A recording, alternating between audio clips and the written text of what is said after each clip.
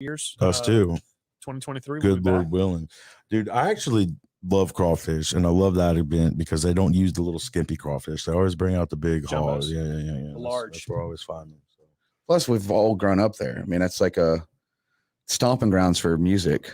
I mean, that thing's been around, a couple decades now? There's so much music that's been in it. Yeah, it's... When's the last time you rode a ride? Ooh. Will you ride rides? Will you let your kids ride the rides? No. Hard pass. No. Guys, the rides are safe. Okay, the rides are safe. Yeah. We ride. I love riding them rides. Like, I love the Ferris wheel. I mean, yeah, it's a calculated risk there. You know exactly what's happening. Yeah, but even that one, you do get good pictures from a dragon spin move one that does like it's got like an octopus legs and stuff. Correct. That's even a safe one. You know, do they even have the magnetron anymore? Is that a thing? The Gravitron.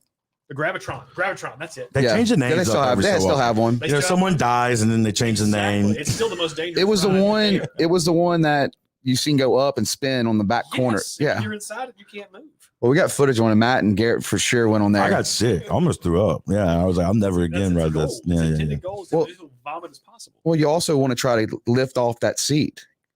That's the goals too. You're trying to lift off. It's in the name. You remember the old UFO one where it'd spin around and people would just like really lift up and they would. Did you ever do that? Tried. Okay, me too. I always think about the scene from Sandlot when the kids got the dip or the chew and they went to the fair and that's one of my favorite. I think. Now, if I was chewing or dipping, that or Joe Dirt have my two favorite carnival scenes of any movie. Oh yeah. I remember the first time I did a dip and I was young. Did you get a buzz? Yeah, I swallowed it. Oh, there you go. I was like 12, 13. And I think my buddy stole his dad's can. And I tried it. From St. Martin, everybody dipped. Everybody. No, because I did that after. I tried it after because that was like the tea back, like the chew. No, it was like Copenhagen straight. Oof.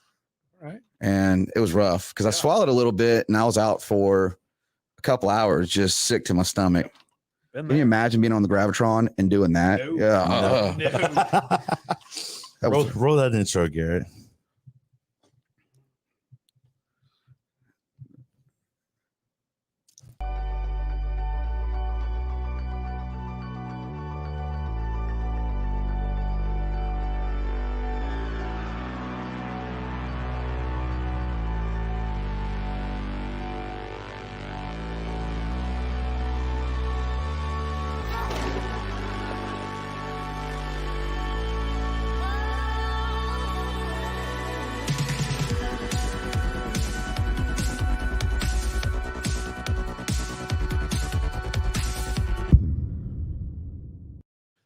About 2 weeks, and didn't gel well. I think I dipped after I got sick with dip. I think I dipped for a couple years. I was playing video games, Call of Duty, and I was dipping. Feels right. Skull Mint. I used to dip. I did forever. What I hated about it was always having to have something to spit into. Like you always have to have it. You're held to it, and it is nasty. It's very nasty. You see it riding around the truck and sitting next to you. Spill on it. Spill it out. Solo cups. Solo cups in and out. You know. I know exactly. My whole life been around this mess. It's like I said, it was a hot 2-week experiment in my life. And I must have tried it 5 years ago just to see if you missed it. I did. I had one of my buddies. I bought a roll. You just want to buy a roll and put it the whole roll. The whole try it. Yeah, Skull Mint, long cut, and my buddy. I'm opened one can, tried it one time, put it up, forgot about it, and he came over and I gave him the roll, and I was like, "This is not for me." No, it was just. No, I think that entire 2 weeks I might have used 1-2 cans. I knew a guy whenever we were in school. He was recycled his dip, and they would like if he didn't last long enough. You're lying. He was poor white guy. Just I won't drop his name on here. Should we though? No, we're not going to. Anyway, welcome back to another episode of Kathy and Susie's Kids. I'm Matthew Brooks. I'm Jordan, and we're here with Mr. Daniel Lozada of Go South Productions. What's up, young man? How are y'all? Glad to be here, dude. Thank you so much for coming. So, who are you, Daniel? Where are you from, Daniel? Originally from Success, Mississippi. I went there one time. They have like a little classroom area for insurance. The guy, I guess, was a community center, and they do like insurance study classes there. Road? Yeah, Okay. Way back when, and they used to have that gas station that served the burgers. Great burgers. Where's this place at? What was that place called? I don't know actually. You know what I'm talking about, though. Yeah, but it never had a name. It never had a name. So it was Success Grocery. Okay, Success Grocery. I never knew the name either. Is it still there? Is it just okay? It's close. So there was 2 of them. Okay. There was one at the corner of 67 and Wortham.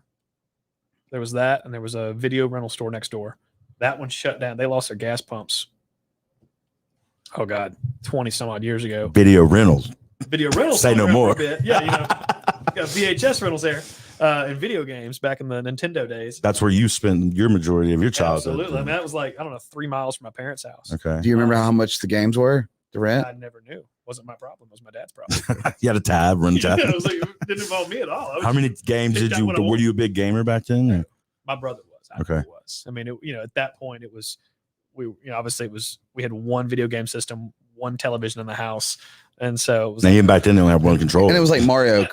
Yes, I mean, it was. We're talking NES days, and then shortly thereafter, Sega, and that was it. Well, I had the Sega Sega and the Sega Genesis. I'm with Nintendo with Mario. It's kind of one of the games you play, and then you played it. Right. So we've got a new thing coming for the office. So there's this company. I think they're in Minnesota, somewhere up there, called Extreme Home Arcades. They're building us a 4-player, full-size Ninja Turtles. Oh, it has everything. Oh, I've played one. Everything. My buddy Brandon Schimper's got one. There's like 300,000 games. Yes. Gaming system ever. The only thing it does not. You'll love it. I've already played on one. Okay, I played on one too. House, like in his game room. So does my buddy. I was like, I need this in my lobby. And so we have ones being all decked out in Gulf South swag. All they're doing it custom for us. That's badass. Like Dreamcast. It has all that. Yes. Okay. It had NBA Live. So He's on the only thing fire. it does not have is the most current version of Golden Tee because of licensing. They can't get that. I love Golden Tee. And then obviously it can't do the most current Xbox and PS5 stuff. Right. Basically everything before that, it's on here. And then How many controllers? 4. After a few years, you can update the it. arcade thing. Garrett, could you pull that thing up? The one I What's it seen was a called? one-off Extreme custom. Home Arcade. Extreme Home Arcade. I think this is it's these are game changing. What up, Donnie? Kenny, Plowed. My buddy had one in his game room, similar to what you, and we would go over there and we would drink and we would play NBA Live. What? Daniel, Kenny. sell Daniel a mattress to put in the back of his truck. That's a good idea, though. Cut a deal on the upgrade. So, do you remember when the float fell off the top of the line 5 floor? The thing fell off the flat. I know. Let's It's talk a about bridge. that. Yeah, the bridge. So we were up there, and the police came up there, and they were like, they stopped the float, and they made us get down. And we were like, well, we had been picking up the road signs. I mean, the road lights the whole time. Oh, it's legit. We have the Oh, there it is. Hey, I'm going. I'm just in Megacade. I'm just diving in on this Click that Megacade masterpiece right here. You got the Megacade? Here. Yeah. It's coming in this week sometime. Ooh. So full 4 players. I mean, this is like genuine. Is that the Goonies? It is the Goonies. So And yours is going to be go south. So click back, go back a little bit. So that top section, that's an LED screen. It changes with the game you're playing. So whichever game you select, it puts its graphics up top. So it looks like you're really playing that game. Who's writing code for all this? And how legal is it? How do they assume? It's probably they're just getting rights. That part, we have to buy some license. Yeah, it's a card or it's updated. Something. I don't know. They told me, like, I go to somewhere else, get this license, and then it transfers over to them. They know what it is. They install it. And then it gets delivered on this big pallet in this full crate. And then kick everybody's out. Now, are you going to charge just for your employees? It's just the employees. Are you going to charge them? Yeah, how much you charging them? Oh, it's cheaper than a psychiatrist. Like, this is just where they take their like. I've got a very small HR department. My operations manager handles that stuff. So this is a way they can work their troubles out there. Go challenge each other in Mortal Kombat. Like, I'm trying to get over here. I had 2 guys getting in a fight over a power drill last week. All right, let's talk. What kind of power drill? At DeWalt. Well, that's a good one. It's like a big. I'm a Milwaukee guy, but the shop tools were DeWalt's. Remember when Hilti was a thing? What happened to Hilti? Is it? Do you have any? No. Okay. I'm not in the. Our business doesn't really rely on power tools like that. We just have odd and end projects there in the shop, and we may do something in the field. We need stuff on, but I mean, for what we do, we don't need to spend $400 on a Hilti. We spend $200 on DeWalt. That way, when it breaks or gets lost, or my guys forget it somewhere, we're not crying. I went into the whole Ryobi because I bought batteries, Yep. and you have these batteries now, so everything runs on the same battery. So it's like we had this one small drill, like the starter pack Mhm. drill kit. Well, then Emily was like, well, was making frames. They're still making frames. So she's like, I need a stronger drill. So I just went and Just got the next drill up. with a hammer drill. Yeah. And I put the battery in there. And I'm like, okay, this is cool. And then I bought like an LED light. I have their pressure washer. Has that worked out well with the power, with the battery? No, just I bought it because it's in the garage and they Right. all Marketing. all the green color. I got the 5-piece set, DeWalt. It's okay. It's held up. I literally just, I think I spent $1,000 on new DeWalt power tools for the shop because these guys were fighting over a drill. Think about the amount of tape you go through. Yeah, staggering. Do they write their names on the tools or?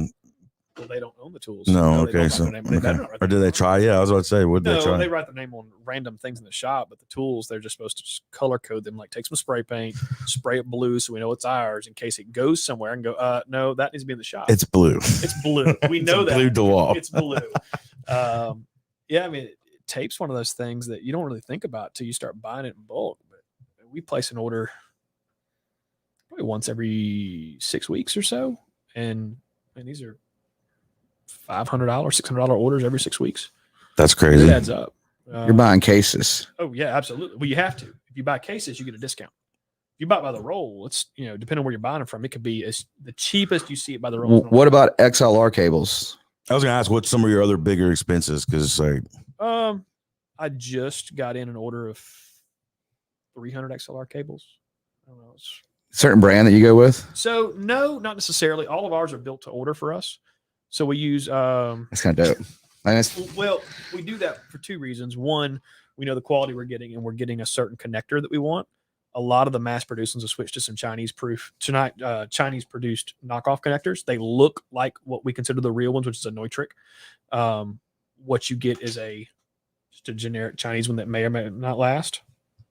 yeah, we've experienced some. I'm sure you've experienced some issues. Well, this is what they had This was the package it came with. yeah, it's the podcast package from Audio-Technica. If it comes Technica. Okay. Technica. We'll get there.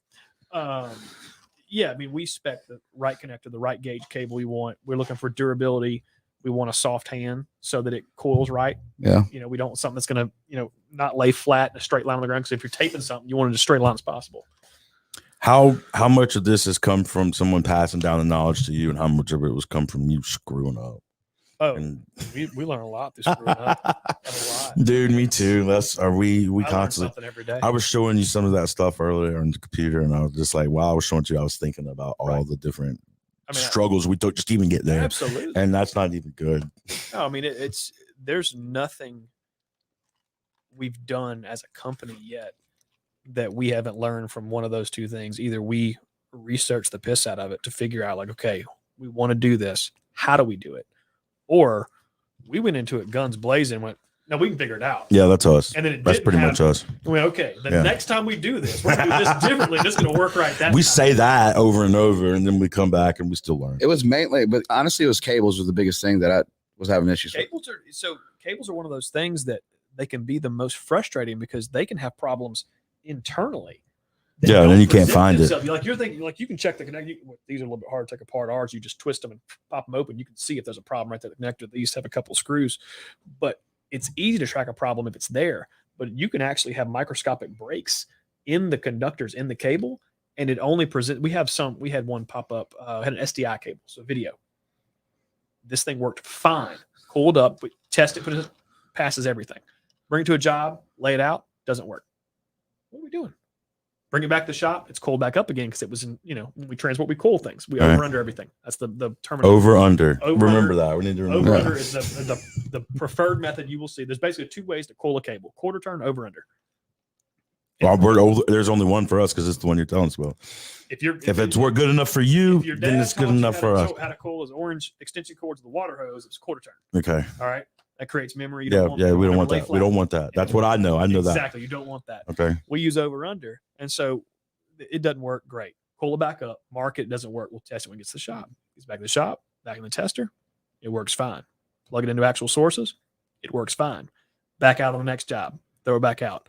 It doesn't work again. What's going on? We send it in. We used who made that one for us? CBI, I think, made that one for us. Send it into CBI. That's all they just make cables, audio cables, video cables, lighting cables, power cables. That's what they do. Send it in, call my rep. I was like, look, hey, lifetime warranty on these things. Send this cable back to you. Check it. It didn't work. Calls me back a couple of days later. Test out fine. Okay. It didn't work here. I was like, test fine here. When I get on the job, it doesn't work. He said, all right, they dig into a little more. There's a break like 20 foot down the cable.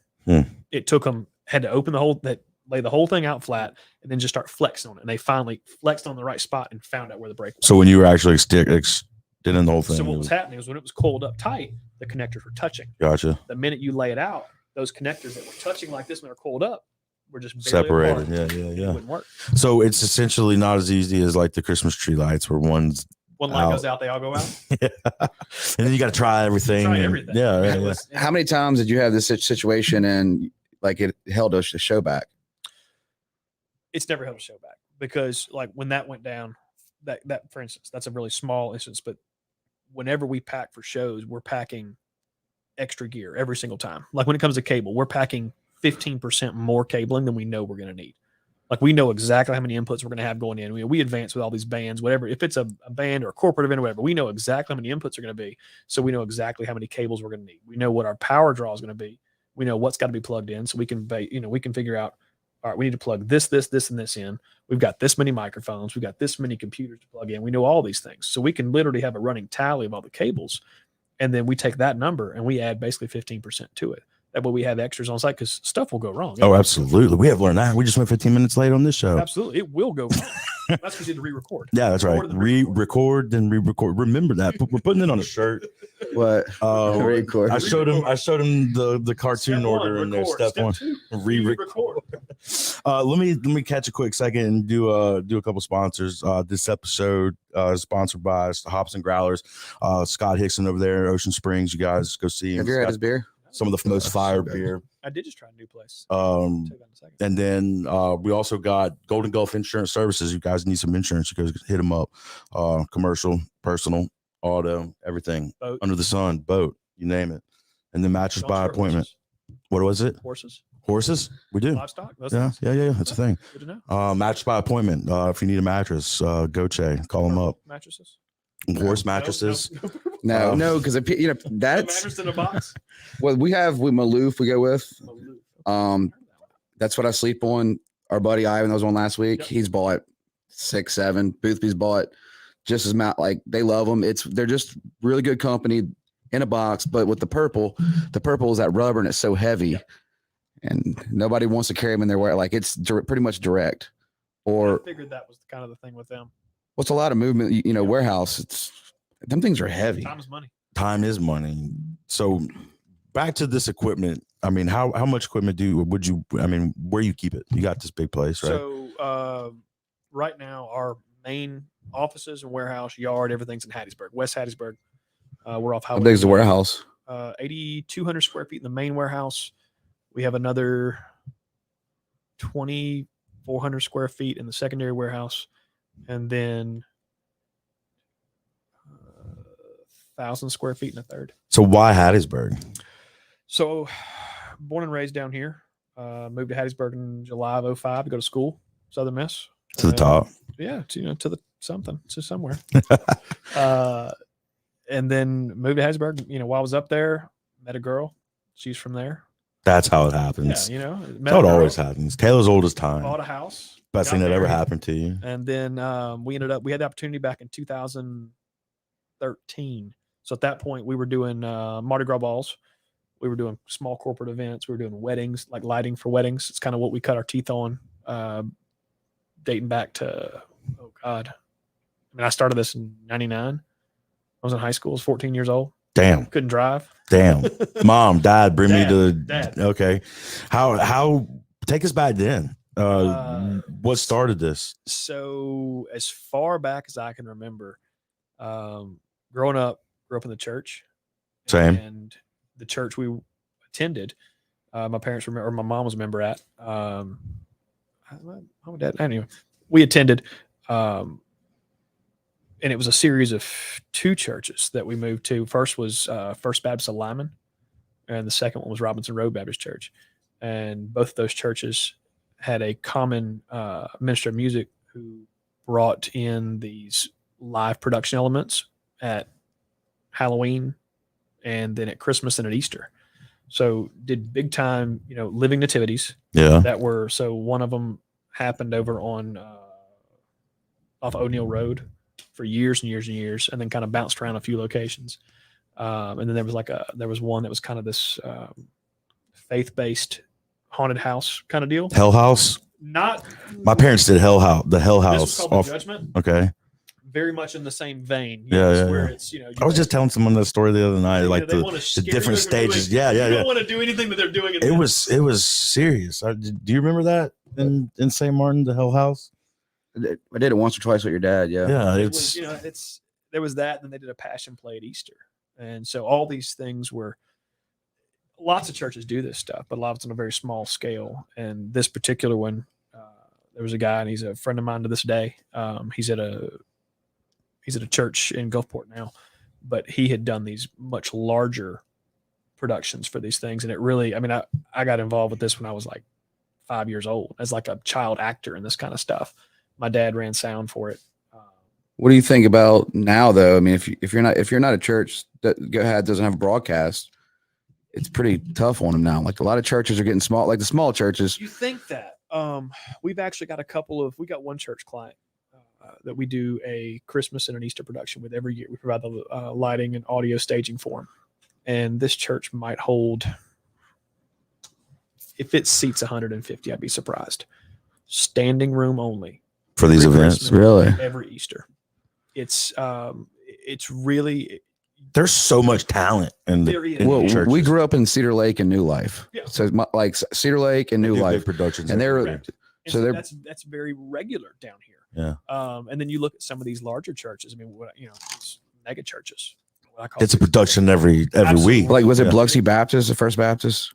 There was First Baptist at Gulfport was a big one at the time. They got involved with some of this stuff. You go to Hattiesburg, you've got Temple, you've got Venture, which is now in Gulfport as well. Venture's got like 6 campuses. And they're clients of ours. They've got a wonderful system. So you're just a kid and you're like, how does this work? 5 years old. How does this work? Well, and it was, I'm looking around and watching it and looking at the gear now that was being used then.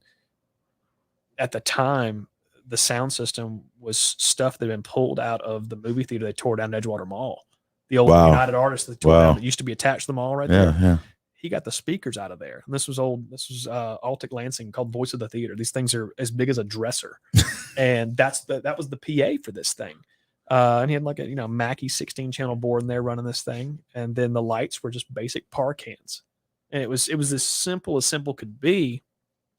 But for whatever reason, that resonated with me. And it stuck. I was 4 or 5 years old when I was out there just running around pretending to be a sheep shepherd, goat herder or something. I don't know, little costume, whatever. But as I got older, I never really, I was involved with that all the way to probably, 10, 11 years old, something like that, 12. But then I figured, I was like, I want to do that. But I want to put things like that on. How do I do that? And never quite put 2 and 2 together as to how we'd get to that point.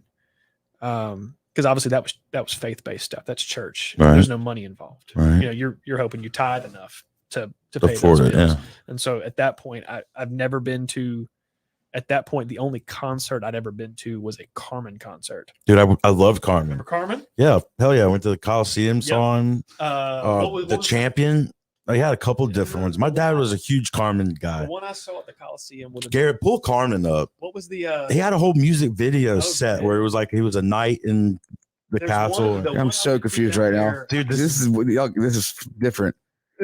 This is I'm like, he just passed away. Carmen just passed away. I did not know. Yeah, he passed away of cancer. Oh, pretty old. Garrett, can we get a Carmen? It's probably one of the first times, guys, I've seen Brooke really geek out.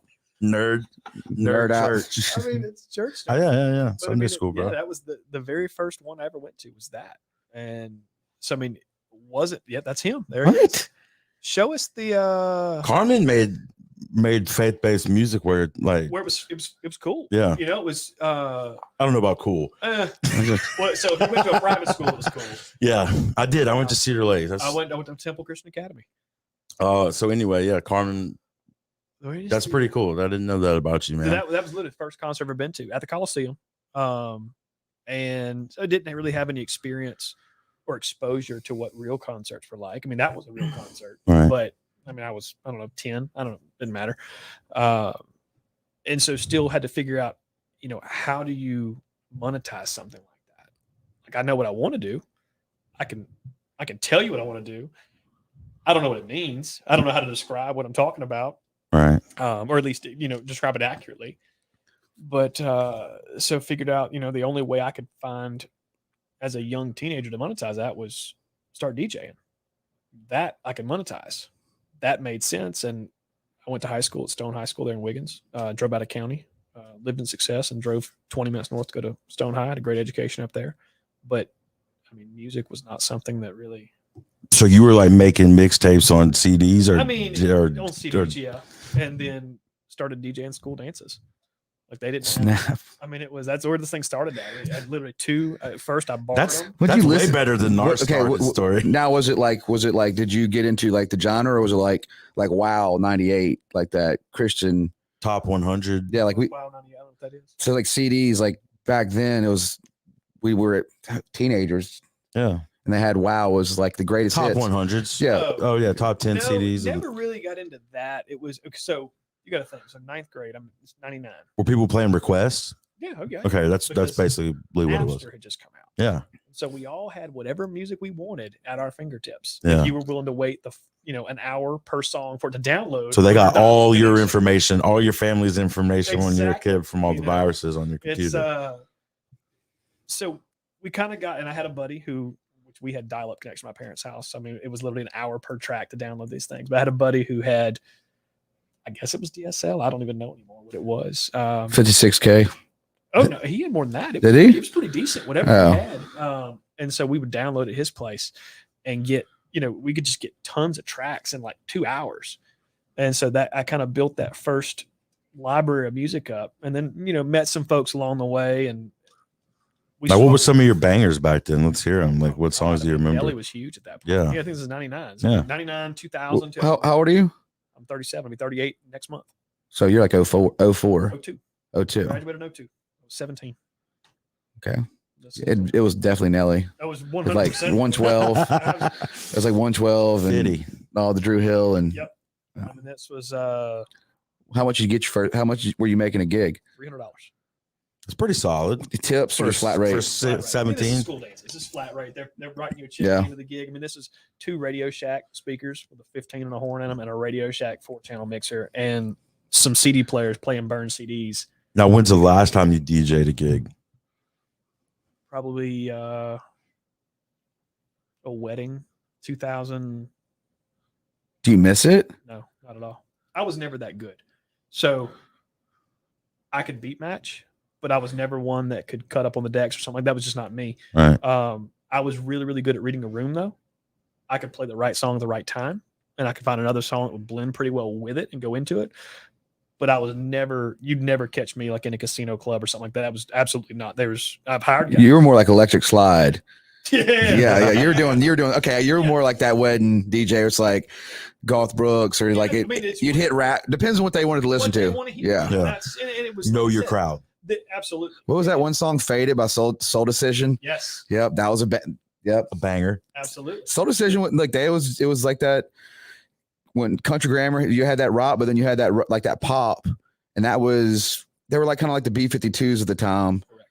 So he had a mixture of like Jagged Edge and it's Peaches and Cream, and then slide into Country Grammar. That was back when music videos were a thing. Did you ever try your hand in the DVD or what is that? What is a DVD DJ? Do you know? It's the same thing as just being a DJ. Okay. So you're mixing music videos instead of music. I would say it's a good bit more complicated. We never got into it, and we never really had. There was a DJ down here. Was it Hurricane? He was the one. He's still around. Is he? DVG, yeah, Hurricane.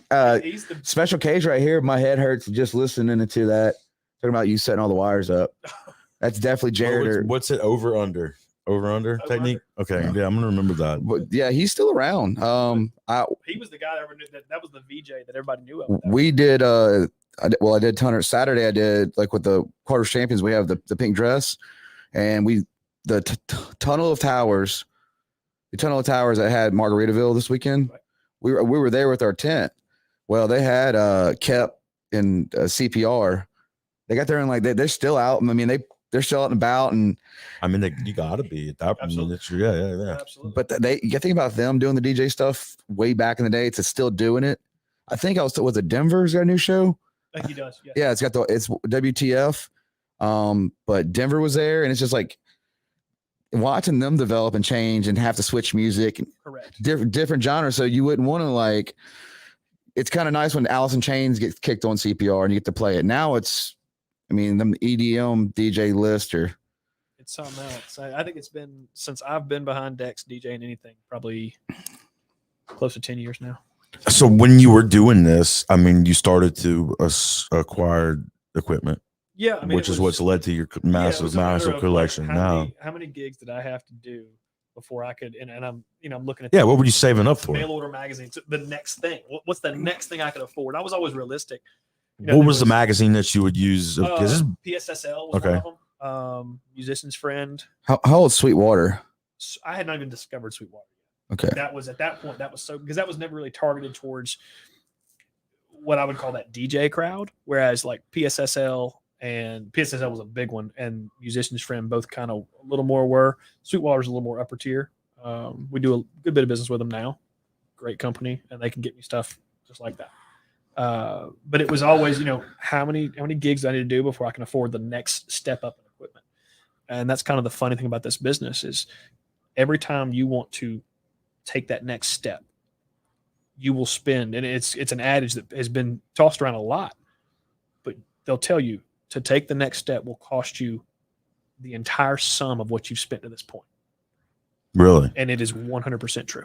Wow. And how many of these steps have you taken now? Oh, Lord. I love it. So I upgraded as a DJ before Gulf South Productions really took off, and became what it is now. We were spokesman DJ. I mean, we probably went through 4 iterations of equipment between lighting. I'd say that was 3 different lighting rigs on the wedding lighting side, and then on the sound side there was 4 sound systems that I went through as the just your wireless mics and transmissions and all. That's pretty expensive, right? We average about right now $3,000 a channel on wireless mics. That's pretty neat. And how many channels? Down like that. Yeah. I mean, how many channels? In inventory right now, 24 channels. It's a lot. Jordan was huge on that when we first started. I mean, I bought some cheaper stuff, and he was like, "No, man, we need to get some uniform." You had wireless mics? No, we didn't have wireless.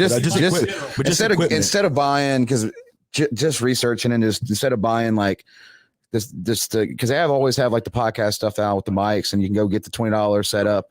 And this was just, let's just get a little better. Let's be even, because I had a boom shotgun mic for like a movie mic for like over there filming, right. C-stand, and I was using that mic, and Matt was using like a pot, like don't even know, we have them over there, like the little brand mics.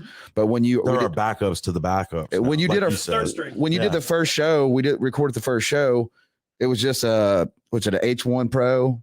Sounds right. It's a Zoom, one of the first Zooms. I had it because when I was doing like little car commercials, and it just good for doing that shotgun. It still works now. It still works now for one. I'm talking no color screen, just a gray 2-channel. But I had that one mic, and that's what we were using our first show.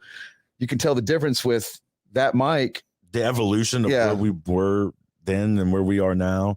I mean, these cameras are all 4K. We didn't. I don't know. It's just better off going that route. You got a flashlight on. The great thing about it though, when I was lights if we need lights. Yeah, we probably need some lights. But that same thing with aperture. Like aperture was just having this one aperture light just changed everything. Even learning what aperture was. Big time. That's been huge. I mean, Jordan's kind of helped me that, but having the want to learn and having the want to know, and then you have to have that desire. Yeah, that's been something that's pushed us, and then we recognize it in other people, and that's and it's the same thing. Like you were talking about how you have to make that next move. It's being consistent, and definitely put on a show once a week and having fun and showing up even if you don't want to do it. And that's a big thing. Like I can honestly say I'm one of the lucky ones that can get up every day, and I do get up every day. I work 7 days a week on average.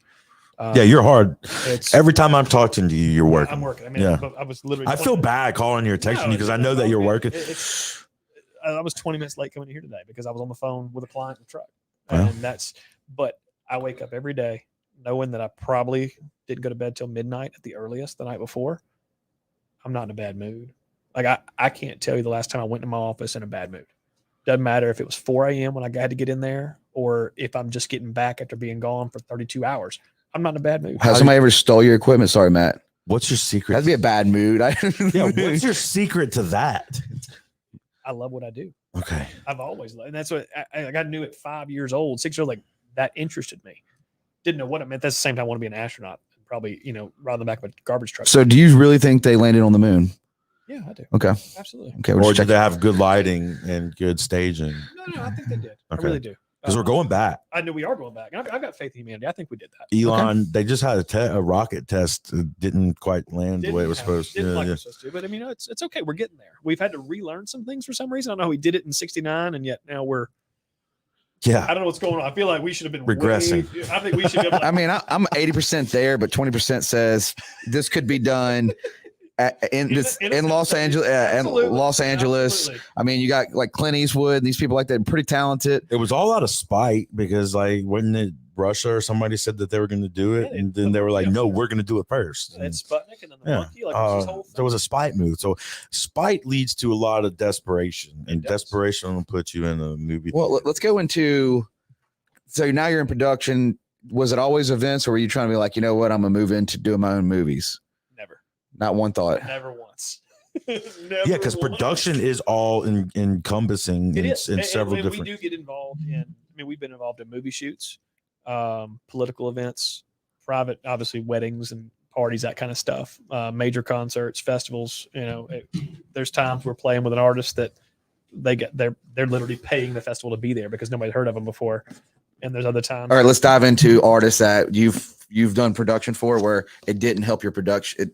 Your production didn't help at all. Like where it was like, why they hire these people? We've had a lot of that, but I mean, that's one of those things. Festivals, as a general rule, I mean, if they can get someone for little or nothing, they're not going to turn them away. Right. Why would they? Yeah, absolutely. Especially if they bring a crowd. Exactly. And the crowd might be 3 of their cousins and their best friend. And but it's people. It's heads. It's people. It's heads in the building. And you're going to give them, it doesn't matter. It's helping the look. It's helping everything.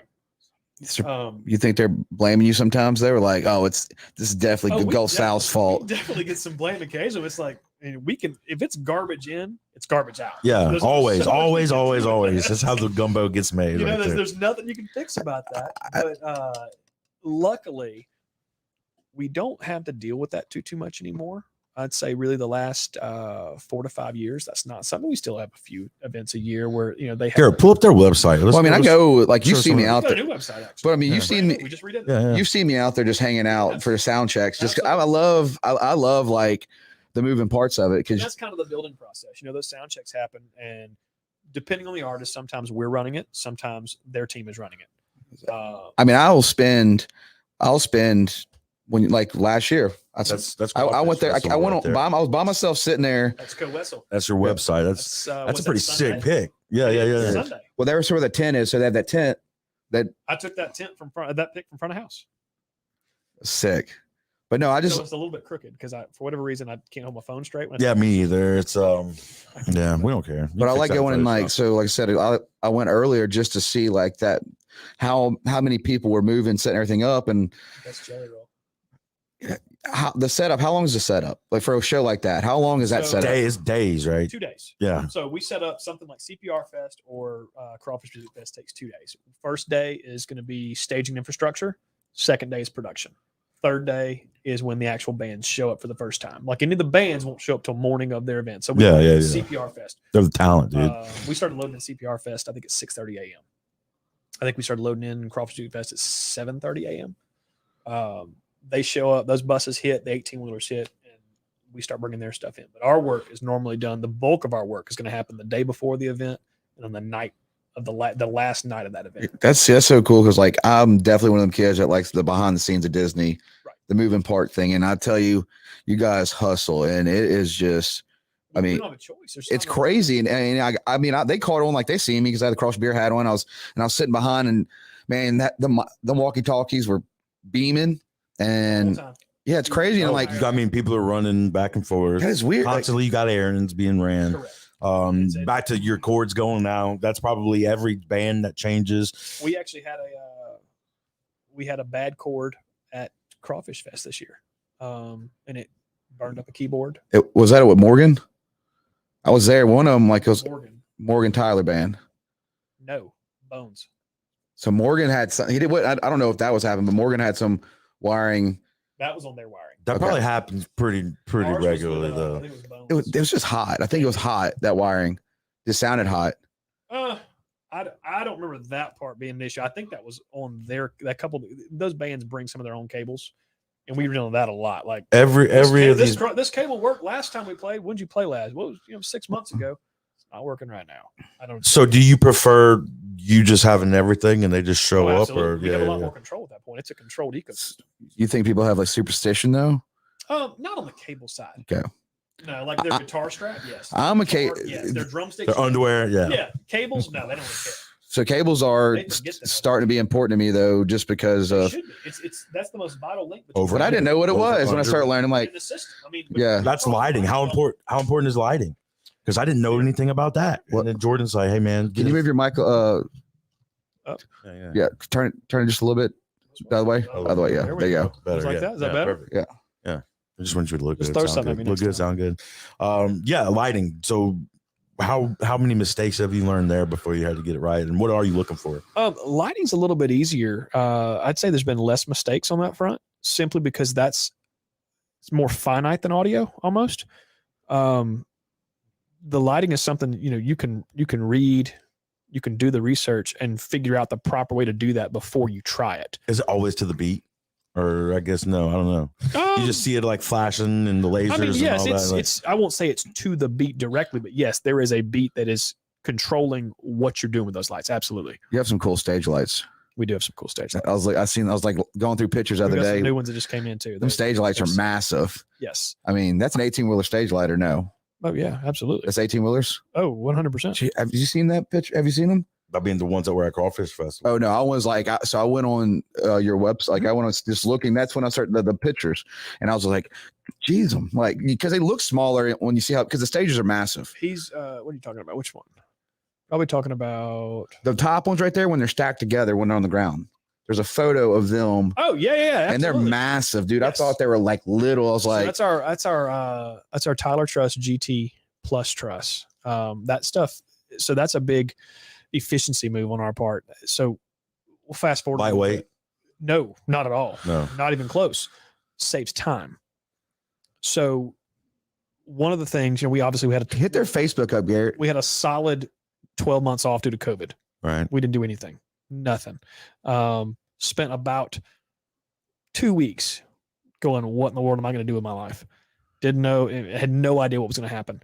But then we moved on from that phase, sat down with my team and go, all right, guys, this is happening. It's real. It's the moon landing. This is a real thing. This is a real thing. All right. How do we get past this? How do we come out of this better than we went into it? And so we went into it on a high. Had one of our best years ever in 2019. Started out 2020. We were going to be looking at contracts. We were up 30% over 19. It was a home run. First thing we did in 2020 was Governor Tate Reeves' inaugural gala. Crushed it. Huge event. I think we had 5 video walls out there, 3 national acts on stage. We had audio and what is a video wall? So LED video walls. That's what we had at Neptune. We have a Neptune. And we will have at Crawfish Music Fest this coming year. I love that. That was a huge addition. That was something I was pitching to Matt last year, and we're going to meet with him pretty soon about that, about integrating. So that'll let us have more sponsorship opportunities, because we can obviously change sponsors throughout the thing. Oh yeah. Versus having just fixed banners there. The LED walls are. How much is that right there? Just stop. What? Go back to that picture, Garrett. I mentioned LED. How much is that right there? That mixer. That mixer control you got. What is that? $2,500. On the right there. Mm-hmm. $2,500. That's pretty. And what does that all run for a person? That's just running audio. Okay. What is that one on the left running? That is the submixer that tour brought in. So in that picture there, we're providing the audio and some wireless mics, and then that video wall that you can just barely make out across the ring over there. And I don't know what there's a giant circle on it for. I don't know what that's about. They were sending video to it. That is the bare knuckle fighting championships. Pay-per-view act. Yes, absolutely. That's in Jackson, Mississippi. They brought that's their lighting rig. They brought that in. But we provided the audio for it, and that video was supposed to be flown. But you have a rig like that. Not anymore. We don't. So that is a conventional par rig. We actually donated ours to the University of Southern Mississippi for their like theater and music departments. Really? And that was one of the things that you upgraded from, and that was an older piece of equipment. We don't.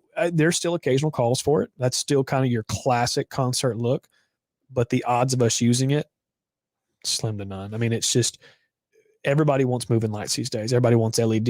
And we went to Garth Brooks. He had like 4 things green around the outside. Correct. Was that Grits and Green playing? I went to the Ugly Tie Fest. Yeah. Did you put that on? We did not do that one. No. Well, then wasn't a lot of people there because it was hot. No, I mean, there was nobody. That one back there is the go back 2 slides, 2 pictures, whatever. So that is Downtown Crawfish Jam in Hattiesburg. Really, really cool event. That's picking up. Yes. Yeah, where I think we talked about it at the Crawfish Festival that was going on. So that's when it always falls around the same time as the Crawfish Music Fest. It's definitely a different vibe. So that thing has happened. We've been involved with Downtown Crawfish Jam for a decade, probably now. And it used to be they would just sell as many tickets as they could. Now they cap it. Really? And the turnout, they sell it every year now. Yeah, it kind of makes it more exclusive. It's definitely exclusive. They do they put a lot of thought into the artists they're bringing in there.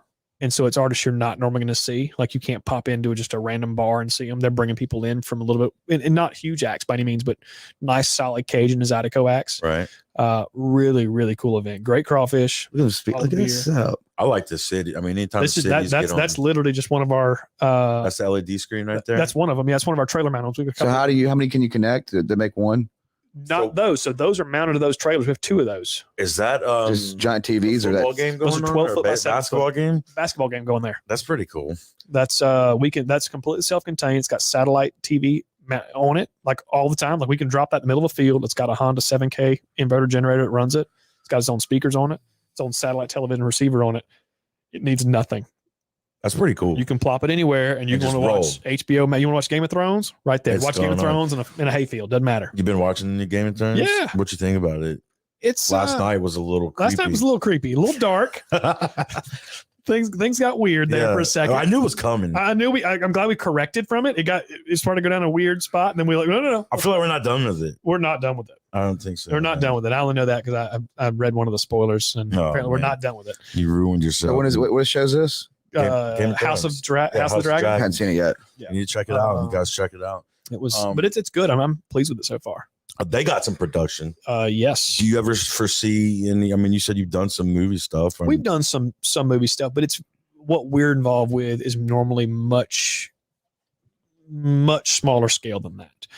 Movies that are filmed in like New Orleans, occasionally Mississippi, Alabama, maybe Northwest Florida, stuff like that. If they're calling us, it's because they need props that look like a concert. Right. That's the calls we get. Maybe occasionally power support for a movie. Occasionally lighting support, but it's rare. Normally it's just if they want it to look like a concert, they're going to call a concert company. Right. And we've done a few of those, and it's pretty cool. What's the weirdest event you've done? Good question. I really don't know. I don't know. I ever call one of them weird, honestly. What's the most random?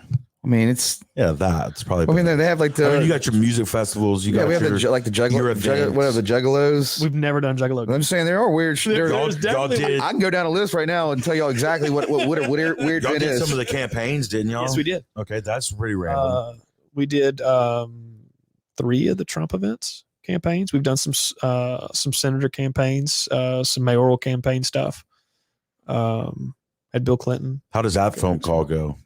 Hey, Daniel, we want you to do. I mean, is there a sales department? They call your website. They contact you. No, on the higher end of things, like when a presidential campaign's calling you, normally they've done some sort of vetting ahead of time. Either they've gotten referrals or they have really researched who they're calling, and if they're calling just because they know you can handle what they're going to ask for. And they're like, hey, we need that DJ that played Nelly in '99. That's exactly right. Always super last minute. I don't know why that is. You normally don't get, a typical event.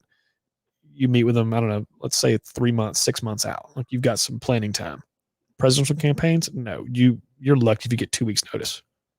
Well, I mean, it's pretty wild. You can't pass that up. No, goodness no. No, that's huge. And then publicity from that too. I mean, those are always well attended regardless. They're well attended, but there's nothing there. You don't get to drop your banner anywhere. We don't even have a banner. We've never had. Gulf South does not have a banner. I like your logo though, so you should. We have a great graphic designer. I like how it's all on the equipment. The we do a lot. Branding is a big focus of ours. We don't try to just shove it in everybody's face, but we do want it to be visible, as much as possible. Join the chamber. We join the chamber. Hey, welcome aboard. We're on the. You need to throw a party for the chamber. We're gonna throw a party. We for are. The chamber. Yeah, we need to do a ribbon cutting for you guys. That's pretty far north. It is. I don't think it's. So maybe Hattiesburg, come down. Well, we used to have an office in Biloxi. No, but you did invite me to the crawfish boil. I did. You didn't come. That was I was gonna come, and then I pulled up where your location. I didn't get an invite, dude. So I don't know. What do you think it was gonna be? Not there. I didn't get an invite. I didn't know. You handled my insurance, commercial insurance for how long? Yeah. And it didn't click where that party. No. You know how it's crazy. It really is. We had a good time. We boiled like 500 pounds of crawfish. Did you, I mean, was it mainly friends or was it mainly? No, we had clients. Okay. We had other vendors, staff, and their families. Where was this at? Our offices. That's some of those pictures he was showing up. You didn't give me an invite. I would have came next year. I would have came. I hope you're both there. Yeah. We're podcast for it. Dude, I am like, because I'm a sucker for events. Oh yeah, it was a good time. People ask me on the phone, they're like, dude, I see you at all these events. I love First Friday. I love anything that has to do with the community. I just like going and like I took Oliver with me. I wore a pink dress this Saturday. So whenever you work these events, you probably see different things that you've never seen before, and it allows you to make it even better for your event. You get some good ideas. I mean, we've seen people attempt everything. Oh, dude, a good lights at an event. You go there and you got that food truck now. There's so many food trucks. Food trucks are huge, which I love food trucks. I know y'all did. I came to one of your shows in Hattiesburg when Moon Taxi played up there. Yeah, Eaglepalooza. Eaglepalooza. That was the last Eaglepalooza that's ever happened. Whatever. Are we going to bring that back? You introduced me to the mayor of Hattiesburg that day. Got us in talking to Moon Taxi. That was Mayor cool. So thank you for that. Yeah. But is there more of that in the future? Or? I don't know actually. So USM obviously has got a new president now. Yeah. Or interim president. Eaglepalooza is one. It kind of struggled. Hattiesburg's a weird market. They just for live events, it's strange. Like some of the smaller stuff that's more hometown centric does really well. Downtown Crawfish Jam, Live at 5. Those are huge events for Hattiesburg. But then when lots of hipsters.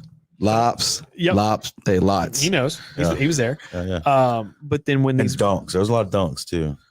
Big cars, big rims. Yep, a lot of that. But I'm saying, like, you have Hattiesburg, like weddings. They're hipster weddings. Yep. Like I've been to a few hipster weddings. Big time. The AC might not work, but they got good sound. Correct. Good audio. Correct. They had their priorities right. That band is slapping. No doubt about it. They I don't know, like Moon Taxi should have been a killer show. It was a killer show. I had a great 300 people that were there. Yeah, it was not bad. It was very. The mayor loved it. Mayor loved it, and that's all that matters. That's what you would think. That's all that matters. But it's just they have struggled with finding sponsors. They go out and find sponsors, and they're getting $500 a pop sponsors, where they need to be finding $5,000 a pop sponsors. Yeah. But it's student driven. That's like the SGA of Southern Miss puts that on. So these are not experienced people. How many years did they attempt it?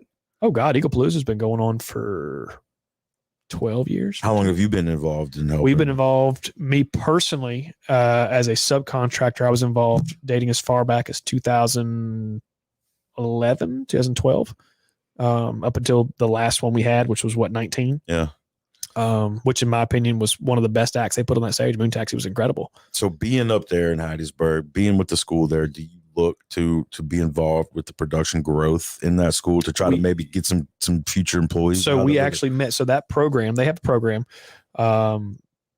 Historically, it was referred to as the entertainment industry program. They are in the midst of a growth phase, conversion phase. It's now the Media and Entertainment Arts program, MEA. We actually had a sit down with the director of communications, Department of Communications. Heck yes. And then the new director of that program and their new internship director, who's coming in from, I think, WDAM. That was mid-August. We had that meeting with him at our offices about setting up some actual structured internship programs, because so I told him, post-COVID, we don't have the staffing we had before. Oh, there's no doubt about it. I mean, I'd say we're down realistically week to week. We're down about 50% over what we were pre-COVID, but the business, we have more business than we ever had pre-COVID. And we don't have hands-on learning. That's been one thing. We've got, I'd say in the last 6 months, no, I can say longer than that. In the last 3 to 4 years, we've had students come out of that program that didn't know how to coil a cable. They couldn't tell the difference in a lighting cable and a sound cable. We had a few that, they show up. Like, I just want to sit behind that mixer and make beats. Yeah. You're in the wrong place, boss. Like, I mean, there's a place for that. There absolutely is, but it's not. Yeah. No, this company's not it. And could you make beats with that mixer though, if you really wanted to? Absolutely. Oh, yeah, absolutely. It's exciting to a high school DJ. Well, what was your DJ name? Never had one. No, come on. It wasn't. Was it Go South Productions then? No, it wasn't. It was not. Started out as a company called Sonic Vibes. Sonic Vibes, because you worked at Sonic. No. What was your first job? That. No, I grew up working on a farm. Oh, really? Blueberries and pecans and peaches. Did you learn a lot of work ethic from that? I've had a job since I was 9 years old. Well, you did hard work. All right, what's your first job? 9. Let's go into that. I'm picking blueberries and peaches. Like that was Picking. How much you make per hour? I wasn't paid by the hour. I was paid by the day. $10 a day. Okay. And he was not related to me. That was not family. That was a literal guy. That's a good price for a 9-year-old. I mean, yeah, absolutely. I didn't care. $10 a day. I think I got a couple candy bars. Absolutely. I got a raise when I think I when I turned 12. I got a raise to definitely $20 making a day. out like a bandit. Oh, absolutely. Yeah, I think I was getting 5 per acre when I was 10 cutting grass. Cutting grass, that makes sense. Just like every 2 weeks. Yeah. That's how you got money for school dances. Exactly. I mean, that's right now. My son gets he gets $4 a week. Allowance. He's 4. Oh, he's not doing. Oh, got it. He's 4. Okay. It's just teaching him because he Are you increasing it as his age goes? You get $5 a week. Well, he's in speech therapy, and he goes through a lot of like a little schooling, speech therapy, and he's up there at Poplarville. She works at Pearl. Okay. So he's at the school with her in the daycare area over there, like right by the school. But he gets $4 a What's week. he spending his money on right now? Like Legos. Kid's master at Legos. Nothing wrong with that. I don't even blame him. Like Legos a racket. I still have all mine. They're in the attic. They're probably worth millions. I bet they are. I hope so. That's why I held on to them. I think one day I'm gonna retire. I'm just gonna sell the Legos. I was talking to Justin Stram the other day. He said he bought a Stranger Things Lego set for like $60 and held on to it and sold it on eBay for $400. What do you have to recreate from Stranger Things? I have Legos? no clue. Like, they got the fire clock trucks and police trucks and stuff and jets. Yeah, but do you know how much money's in that with licenses deal? I mean, it's Stranger Things is huge. Even when we do like a little hat stuff, say we do our little crawfish from beer, just doing 40 or 50 different and then changing it and one-offs. Yeah. If you do like the same hat over and over again, eventually everybody's gonna have that hat. Yeah, they won't want anymore. Yeah, like put out a new commemorative edition. Yeah, I can't blame him. I mean, look, I get him like his is Jurassic Park, right? But I did go. Cool. We went to this weekend. We went to downtown Oak Springs in my dress to promote the run. Coming October 22nd. We will plug you in here, but we will plug you. So I brought my son because Emily had to do like an arts and crafts show in Latimer, right? With her best friend. They do like sublimation and weddings. Absolutely. She does wedding events. So if you know anybody like wedding signs, she does like the clear wedding signs. Yeah. She's been doing a bunch of little weddings. But good to know. They were doing that at the community center and whatever, hung out with Stephanie Crute there. Shout out, Miss Lanita family. Then we went downtown and it was just, I don't know. I think the big part of just going to my son real quick. What's something I say is like, he was throwing away trash. There's just like certain things in my head that he's just doing to earn that dollar. Right. And it's getting weird. It's getting weird now. You're like, he's like, he'll throw away that napkin. He'll flush the toilet. Like he washes his hands with money. Oh, yeah, you got to reward. Work ethic's a huge thing right now. But we went to Minor Toy Store after that, and I bought him a $20 toy set. Right. It was their version of Legos. Yeah. But the lady was so sweet. It was more expensive than Legos. I'm sure it was. It came with 2 characters and a firefighter. But no, it's just cool because that's what he spends his money on. Like, I kind of judge him on his probably better investment. Some of the stocks I bought. Yeah.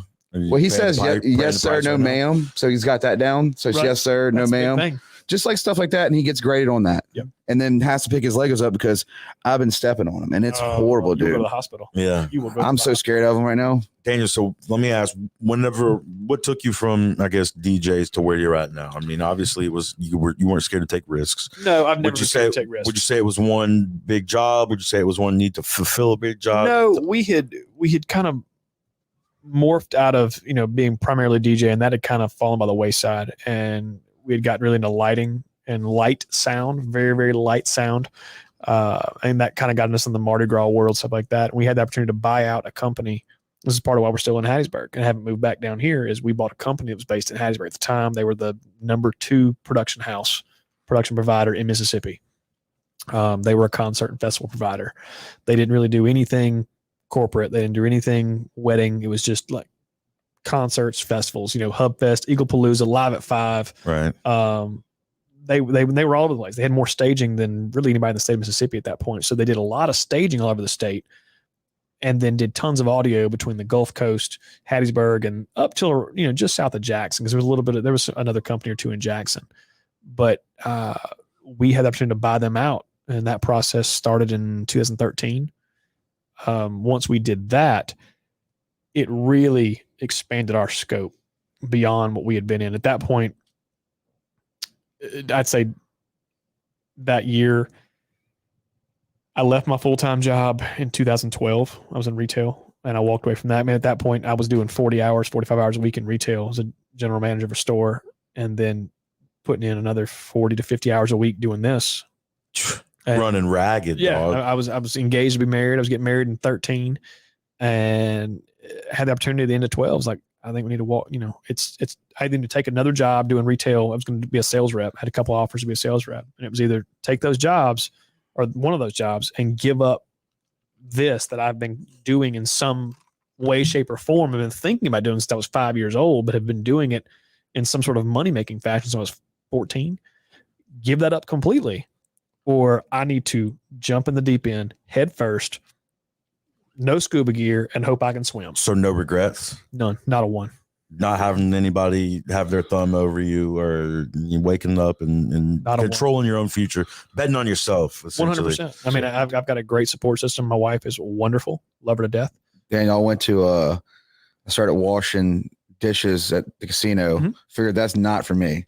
And thank God. You figured out you've been a really good dishwasher. But 2 months. I did 2 months, and this is the way they treated me. And I was just because I don't like people that talk down to me. So that's a bad thing. And I just at the time, my dad had a Janney King that he shut down because he was a GM at a car lot. His dad was always in sales, and there was no business with it, but it was still there. Right. And man, my first year was $7,000. I quit. I was like, and I slept on Corey McGuire's mom's couch, and I got to couch surf, and that was my first take into business, but it was kind of like that.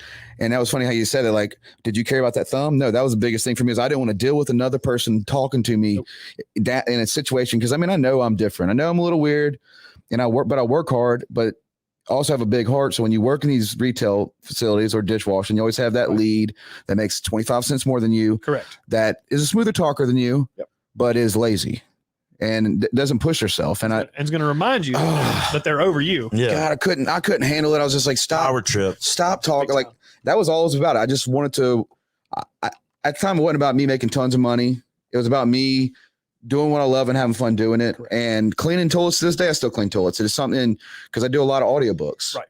And it's one of the things that I really enjoy, because I'm not having to deal with, you did that wrong. It's something in your business. That's why you're successful, is because you let your people make mistakes. Absolutely. And you help them out. You're not on the, like your roadie or whatever. You're not chewing them out, embarrassing them in front of people. Cause that's one thing I respect about you. That's a big thing. It doesn't matter how bad they mess up. And I watched you, cause I was watching your guys, and you never, not one time you treated anybody out and was rude to them. No, and everybody was having fun, and your guys are always, it's a family. It's a team. It's a family, and there's a lot of mutual respect there. I can't do what we do without that team. Right. That though. And that's absolutely, that's huge leadership. I learn stuff every single day. And I also, there's a big difference in me and other people that are in similar roles. I'm not leading from a desk. All right. You're leading with your hands dirty. If something needs to be done, I don't have any problem. In our world, one of the most hated things in the world, and I mean, point blank hated is probably pulling feeder.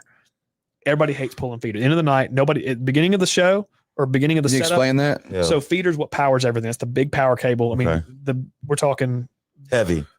And is it run under the stage or does It's it? under the stage. Okay. They got the ramp that goes up to it. Correct. So that's the one thing nobody wants to touch it. They really don't want to touch it at the end of the show because everybody's tired. You know, it's been a long day or week or whatever. Like, nobody, that's the last thing I want to do because you're talking hundreds of pounds of cable you're dragging at one point. Nobody wants to do it.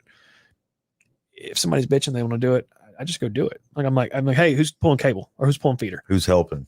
And everybody, 'Cause you're doing if everybody's no, I mean, if it's just crickets and nobody's paying attention, I'm like, all right, Clue wants to do this. I'll just go do it. It doesn't bother me a bit. Like, it's just one of those things. Like, if cables need to be cooled or we're pushing speakers or we're pulling lights down, I don't care. I'll jump in wherever I need to jump in. And my guys recognize that. Leading by example is the best way to do it. It's, I can count on probably 2 fingers the number of times I've had to get seriously irate with any of my normal staff. And it was over some pretty serious mistakes on their part. Stuff that you learned from. No. We're talking things that they're going to make mistakes. I just had to jump on one of my guys the other day because he put one of my trucks into my building. Oh, And wow. I'm like, man, you're Oh, the insurance guy, huh?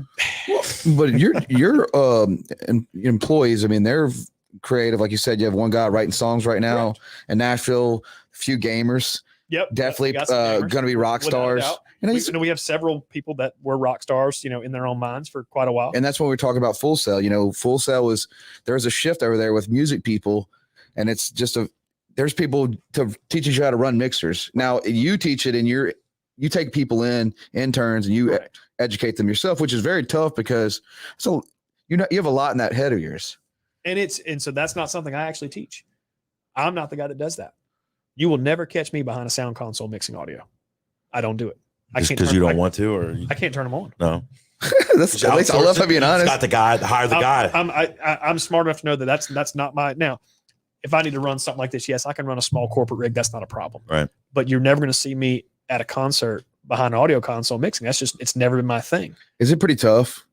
I wouldn't say it's pretty tough, but You gotta have an ear for it. you have to have an ear for it, and there's a lot of experience goes into being able to do it well.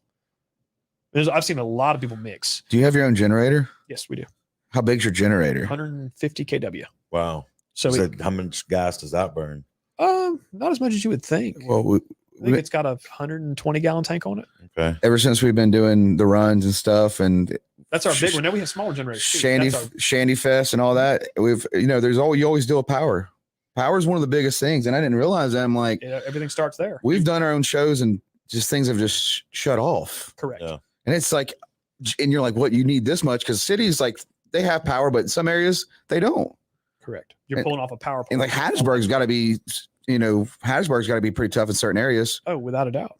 Like Without you a- can't pull up in a we- field and throw a. No, But people want them parties, they do. like them off-road parties. Like Correct. you've done a lot of them. We've done a lot of those. The ATV park parties. Yeah. Like Brian Diott. We used to do those. Yep. Brian Stacy. Shout out to Brian. We just got done doing Boat We for will plug Boobies. you. Yeah. We will plug you. Who are some of the big names you've done? Tell us that you've worked with. Dolly Parton. Bill That's Clinton, huge. Dollywood. Shout out Donald Dollywood. Jellyroll. 3 Doors Down. We just did. Heck yeah. Koe Wetzell. Koe Wetzell. Luke Combs. Who else we just did? Matthew Brooks and Jordan Duran. Obviously. Yes. Yeah, we were on the stage. Neptune Line 5. Have you ever done any Five. like blues? Yeah. Like up north Mississippi blues? Like As in like the North City All Stars kind of blues, or like no, I'm saying like Southern Soul blues. don't they have a few North Mississippi festivals. like big blues festivals up there in Nashville, Yes. North Mississippi? We don't get so when you use the term blues in Mississippi, a lot of times that gets misrepresented. Most of what termed blues in Mississippi is more Southern soul, what they Yeah. call Chitlin circuit type stuff. You gotta have a slide and a steel guitar. These are Harmonica. more rhythm and blues than they are straight blues. We don't do a whole lot of, at least in our market, real blues. We do get the occasional. A lot of real blues is like front porch. You don't Correct. have a stage. And that's what you don't but have I- speakers. but I was asking. We have some blues at Live at 5. Okay, well, but I was asking, does it make a difference in the way you set a show up? because the way they run their guitars. No, that's just it doesn't mess any of your stuff. Like it's no, okay. Lord, no. That's just adjustments you made at the board level. That's just me just nerding out and Yeah. going. Do you have to have a different whole setup? No. Because there's like a lot of rock.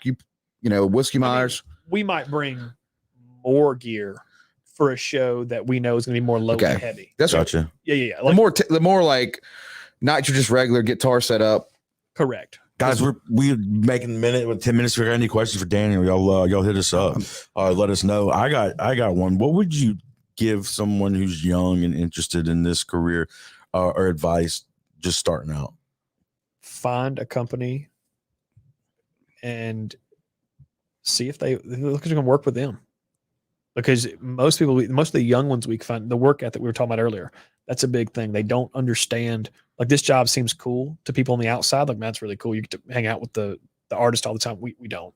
I mean, we see them, we interact with them. That's kind of it. I mean, some of them are awesome. Some of them suck. Right. Just as people. Yeah, we've met a few. I mean, some of them are absolutely awful, and some of them are fantastic humans. But that's I guess the cool side. Our slowest times when a show is going on is when we have the least amount to do. But there's so much work involved on the front end and the back end that we've had a lot of these younger folks come into this and they get burned out 2 or 3 days in because they had no idea the amount of work was involved. And how heavy everything is. I mean, stuff is heavy, and we're in South Mississippi. It's hot. It's humid. Gold Bond. It rains a lot. Gold Bond. I live on Gold Bond. Yeah. We will plug you. You need to plug them.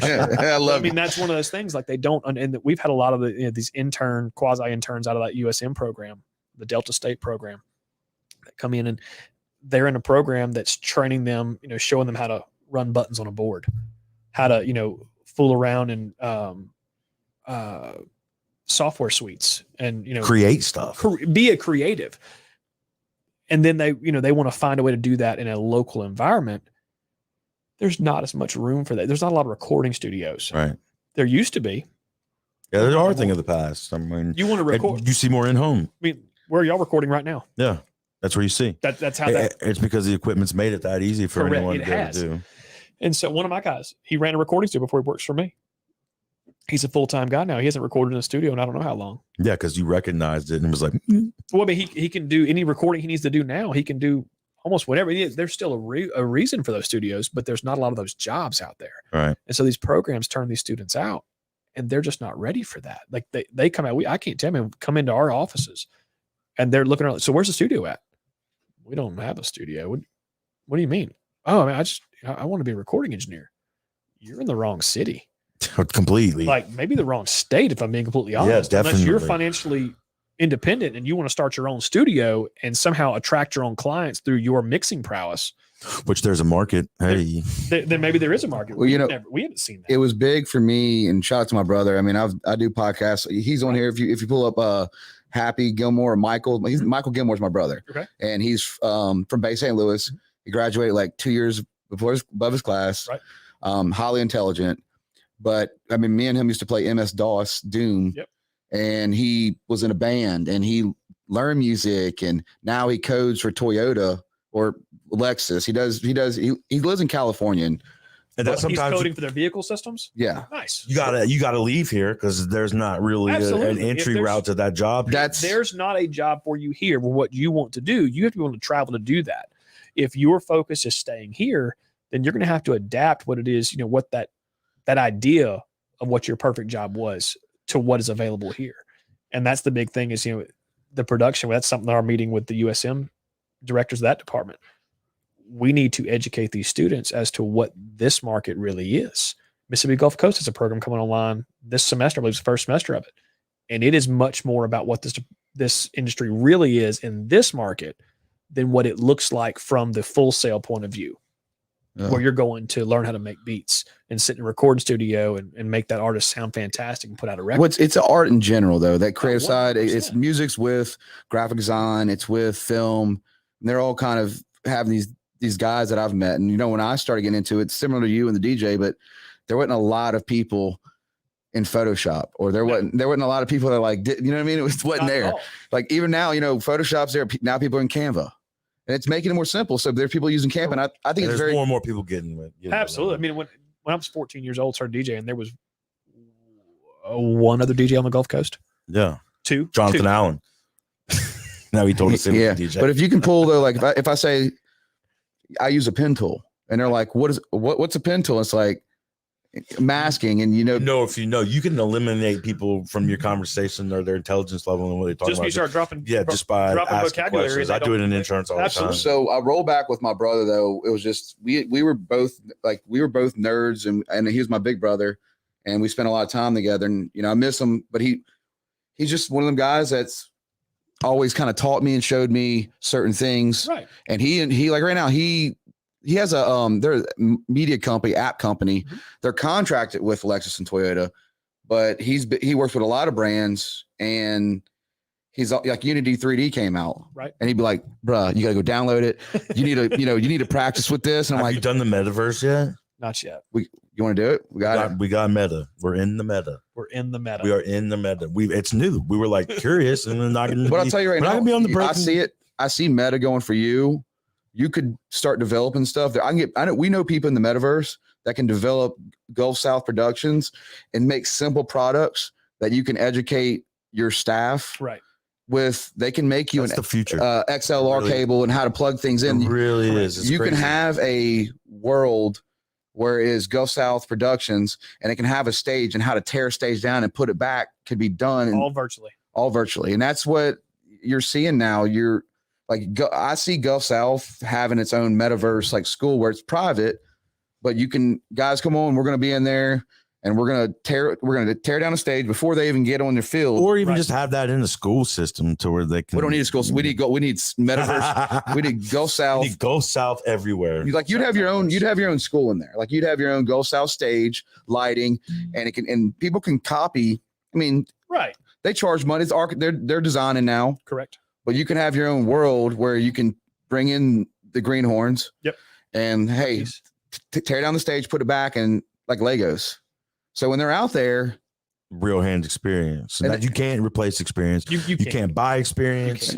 That's just something that you got to be. At this point, we should get them off their phones. If we can put the phone down for half a second, we could probably get some more work. Dude, I could learn so much from you just from your mistakes. Oh, absolutely. With cables, because I didn't know anything about cables. He didn't know anything about cables, and we're still gonna figure it out. So I was still quarter turning cables, which is the way I told you not to do it. Yeah.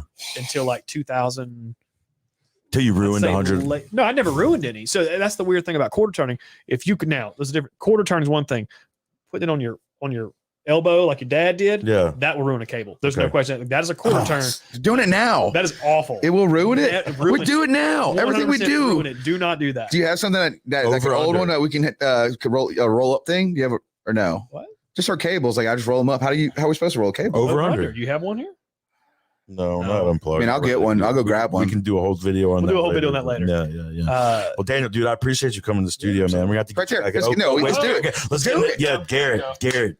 We miss you, Garrett. This is why we needed you. All right, here we give us a good over. You're ruining every cable on this show right now. All right, so Garrett, that's why everything's messing up. Here's your over. Okay. Typical, just like quarter turn. Okay. Right? Here's over. Okay. Flip this one under. There's your under. Oh wow. Okay. Oh wow. Back over.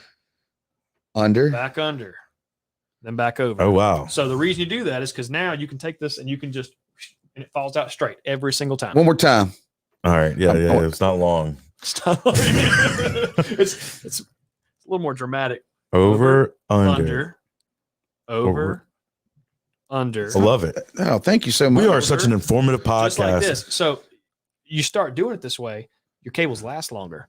How many iPhone cables you been through? A lot. Yeah. You know why? Because you're coiling them up and they're breaking internally. Yeah. This way, they fall out flat every single time. So when you lay an iPhone cable out and it's all twisted and curled up, it's because you've been quarter turning the whole time. You over under it, it falls out flat every single time. Damn. You guys remember that? So many cables ruined. There is. There is. So I'm so mad right now, Daniel. I'm so mad right now. Thank you so much for coming on the show, dude. You've been a great guest, man. We'll have to do it again. No doubt. Absolutely. All right, you guys. Hey, thanks for tuning in. We'll catch y'all next time. All right, love you, Mom. Later.